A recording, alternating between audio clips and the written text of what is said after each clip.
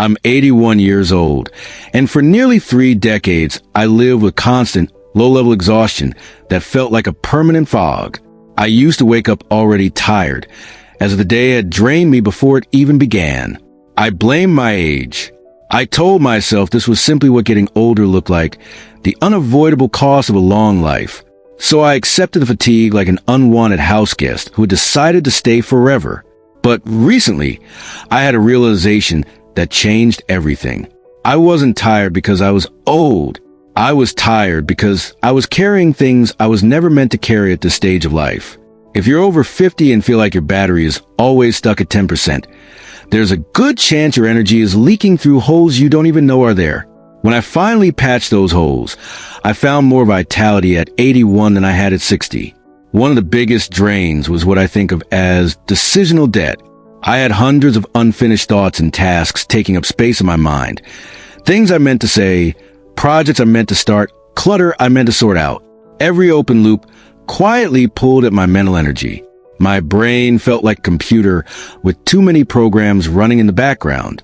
I kept telling myself later, not realizing that later was a debt charging interest every single day. Eventually, I learned the hard discipline of either doing thing or deciding it would never be done.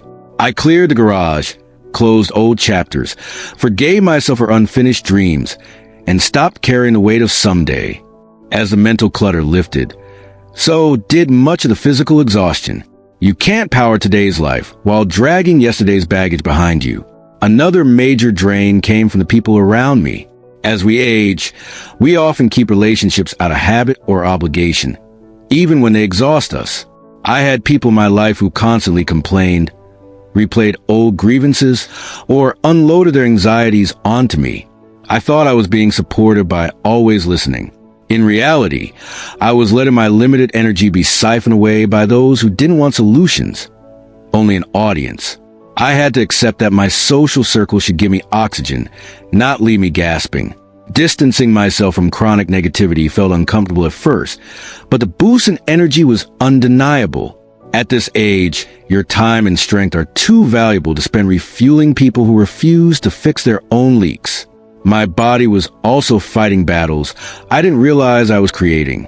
I believe I was eating reasonably well, but over time I had developed sensitivities to foods my body once handled easily. Hidden sugars, processed ingredients, and inflammatory foods were forcing my system to work overtime. I was spending huge amounts of daily energy just trying to keep internal balance. When I simplified my diet and focused on foods that left me feeling clear instead of sluggish, the mental fog started to fade.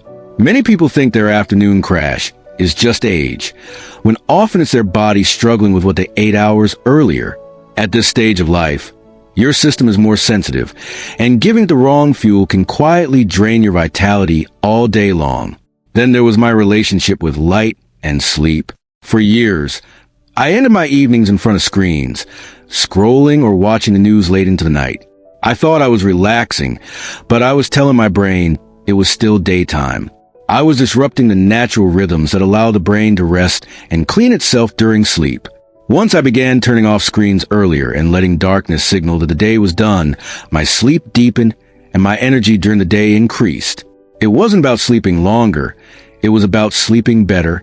We are biological beings, but we often live as if we're machines that can run under bright light at all hours without consequences. Movement turned out to be another key. When you feel tired, your instinct is to sit and conserve energy. But I learned that energy doesn't grow through stillness. It's created through motion. The more I sat, the weaker and more fatigued I felt. The more I moved, even in small amounts, the more alive I became. I started with just a few minutes of walking each day and slowly built from there. That daily movement became my charging station. Waiting until you feel like moving is a trap, because the feeling often never comes. You move first, and the energy follows. A deeper drain was the identity I was trying to maintain. I was still measuring myself against a man I had been decades earlier, trying to prove I could keep up, achieve more, and meet expectations that no longer fit my life. That constant comparison was exhausting. When I finally accepted my age instead of fighting it, I felt a huge weight lift. I stopped chasing productivity as proof of worth and began valuing presence, clarity, and meaning. Letting go of the need to impress people who weren't even paying attention freed up an incredible amount of energy. Perhaps the greatest shift came when I found a new sense of purpose. After retirement, I drifted without a clear goal, and my mind slowly powered down. Without a reason to get up excited, everything felt heavier. When I discovered a new mission that challenged and inspired me, my energy surged. Purpose has a powerful effect on the body. When the mind has something meaningful to work toward, the body seems more willing to stay strong. Boredom can be more exhausting than hard work, especially later in life. I eventually understood that my fatigue wasn't caused by the years themselves, but by the weight I was carrying: mental clutter, draining relationships, inflammatory habits, poor sleep patterns, unrealistic expectations, and a lack of purpose. Once I cleared those burdens, I rediscovered a sharper, more focused version of myself. I may not know how many mornings I have left, but I know I want to meet each one with energy and intention. Growing older doesn't have to mean fading away. Sometimes it simply means letting go of what was never meant to be carried this far and choosing to step forward lighter than before.